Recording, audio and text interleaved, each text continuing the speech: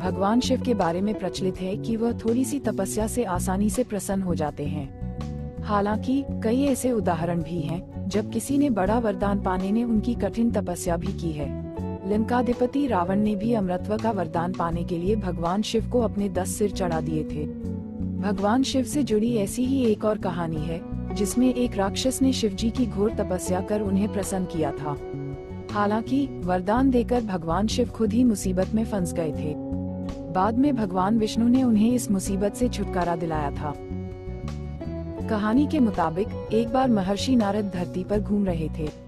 रास्ते में उन्हें वृकासुर नाम का राक्षस मिला। नारद मुनि को देखते ही उसने कहा कि मैं आपसे कुछ सलाह लेना चाहता हूँ। आप मुझे बताइए कि ब्रह्मा, विष्णु और महेश में कौन देवता जल्द प्रसन्न हो जाते हैं। महर्षि नारद ने बहुत सोचने के बाद कहा कि वैसे तो तुम तीनों महादेवों में से किसी की भी तपस्या कर सकते हो, लेकिन ब्रह्मा और विष्णु जल्दी प्रसन्न नहीं होते हैं। उनके लिए बहुत वर्षों तक कठिन तपस्या करनी पड़ती है। ये भी हो सकता है कि तुम्हारी आयु पूरी हो जाए, लेकिन तपस्या पूरी न हो। भगवान शंकर थोड़ी आराधना से ही प्रसन्न हो जाते हैं। वे अपने भक्त की इच्छा पूरी करने के लिए सोच विचार नहीं करते हैं। ये भी पढ़ें, शिव गृहस्थ होने के बाद भी शमशान में क्यों रहते हैं? क्या इसमें छुपा है जीवन प्रबंधन का कोई सूत्र? वृकासुर का कठिन तप, शिवजी का प्रसन्न होना। वृकासुर ने भगवान शंकर की आराधना करने का फैसला किया और हिमालय के केदार क्षेत्र में जाकर आराधना करने लगा। यज्ञ, जप, तप, ध्यान सब प्रकार से वह पूजा पाठ करने लगा।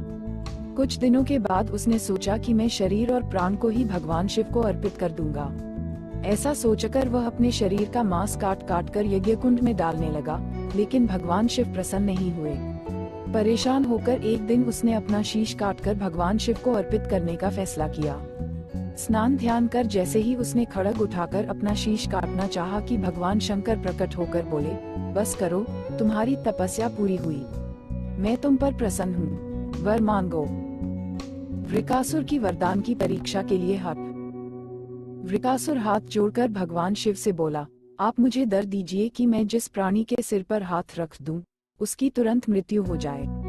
शिवजी वृकासुर की यह मांग सुनकर चिंता में पड़ गए, लेकिन वरदान नहीं देने पर देव मर्यादा का उल्लंघन हो रहा था।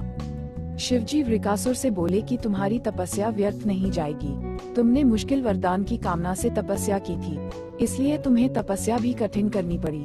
जाओ, जैसा वर चाहते हो वैसा ही मिलेगा। वरदान पाते ही वृकासुर की आसुरी वृत्ति जाग गई। उसने कहा कि प्रभु, आपका यह वरदान सत्य है या नहीं, इसकी परीक्षा लेना चाहता हूँ। इसलिए पहले आपके सिर पर ही हाथ रखकर देखता हूँ कि इस वर में कितनी सत्यता है। भगवान शिव का विष्णु जी से मदद मांगना। भगवान शंकर ने सोचा कि यह राक्षस कुछ नहीं सुनेगा। जब वृकासुर शिवजी के सिर पर हाथ रखने के लिए आगे बढ़ा तो वह वहां से भागने लगे।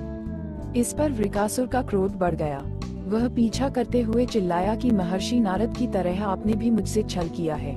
वरदान की परीक्षा से डरकर क्यों भाग रहे हैं? शिवजी भूमंडल छोड़कर देवलोक तक भागते रहे और वृकासुर भी उनका पीछा करता रहा। अंत में भगवान शिव विष्णु लोक पहुँचे और विष्णु जी को अपनी परेशानी बताई। विष्णु जी ने हंसकर कहा कि कुछ भी हो, आपके वरदान की सत्यता तो सिद्ध करनी ही होगी। भगवान विष्णु ने योगमाया से एक वृद्ध तेजस्वी ब्रह्मचारी का स्वरूप बनाया और वृकासुर की ओर चल पड़े। भगवान विष्णु का शिवजी की बुराई करना। भगवान विष्णु को जब वृकासुर आता हुआ दिखाई दिया तो उन्होंने आगे बढ़कर उसे प्रणाम किया। उन्होंने वृकासुर से कहा कि असुरराज कहाँ भागे जा रहे हैं? लगता है कि आप बहुत थक गए हैं। शरीर को थोड़ा आराम दीजिए। आप सब प्रकार से समर्थ हैं, फिर भी मेरे योग्य कोई काम हो तो बताइए।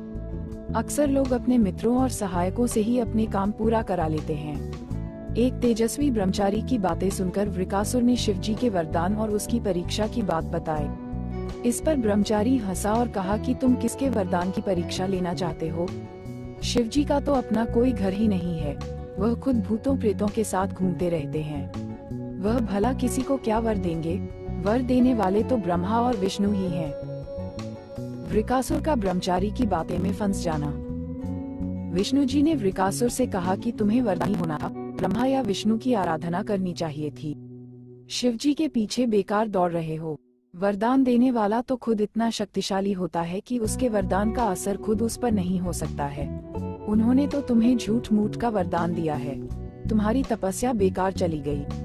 ब्रह्मचारी की बात सुनकर वृकासुर निराश हुआ। उसका मनोबल टूट गया। वह कहने लगा कि मुझे तो देवर्षि नारद ने शिव की आराधना करने को कहा था। ब्रह्मचारी ने कहा कि तुमने नारद मुनि पर भरोसा कर लिया। वह तो ऐसे घुमक्कड़ साधु हैं, जो सभी को उल्टी सलाह ही देते हैं। अगर तुम्हें मेरी बात पर भरोसा नहीं हो तो अपने सिर पर हाथ रख कर देख लो कि कैसे शिव ने तुम्हें झूठा वर देकर बहकाया है। वृकासुर का भस्म होना और जीवन का सार। वृकासुर का मनोबल बुरी तरह टूट चुका था। उसे ब्रह्मचारी की बात पर भरोसा हो गया कि शिवजी ने भी उसके साथ छलकर झूठा वरदान दिया है। उसका विवेक नष्ट हो गया। उसने वरदान की सत्यता का परीक्षण करने के लिए अपना हाथ अपने ही सिर पर रख लिया। सिर पर हाथ रखते ही भयंकर अग्निपुंज प्रकट हुआ और वृकासुर उसमें भस्म हो गया। भगवान शिव, विष्णु जी और वृकासुर की इस कहानी में जीवन का अहम सार छुपा है। कहानी सीख देती है कि बिना सोचे विचारे किसी को कुछ देना और पाने वाले का कृतघ्न होकर दाता को ही संकट में डालने का ऐसा ही नतीजा होता है। कृतघ्नता के उन्माद में बुद्धि विवेक नष्ट हो जाता है और उपलब्धि ही विनाश का कारण बन जाती है।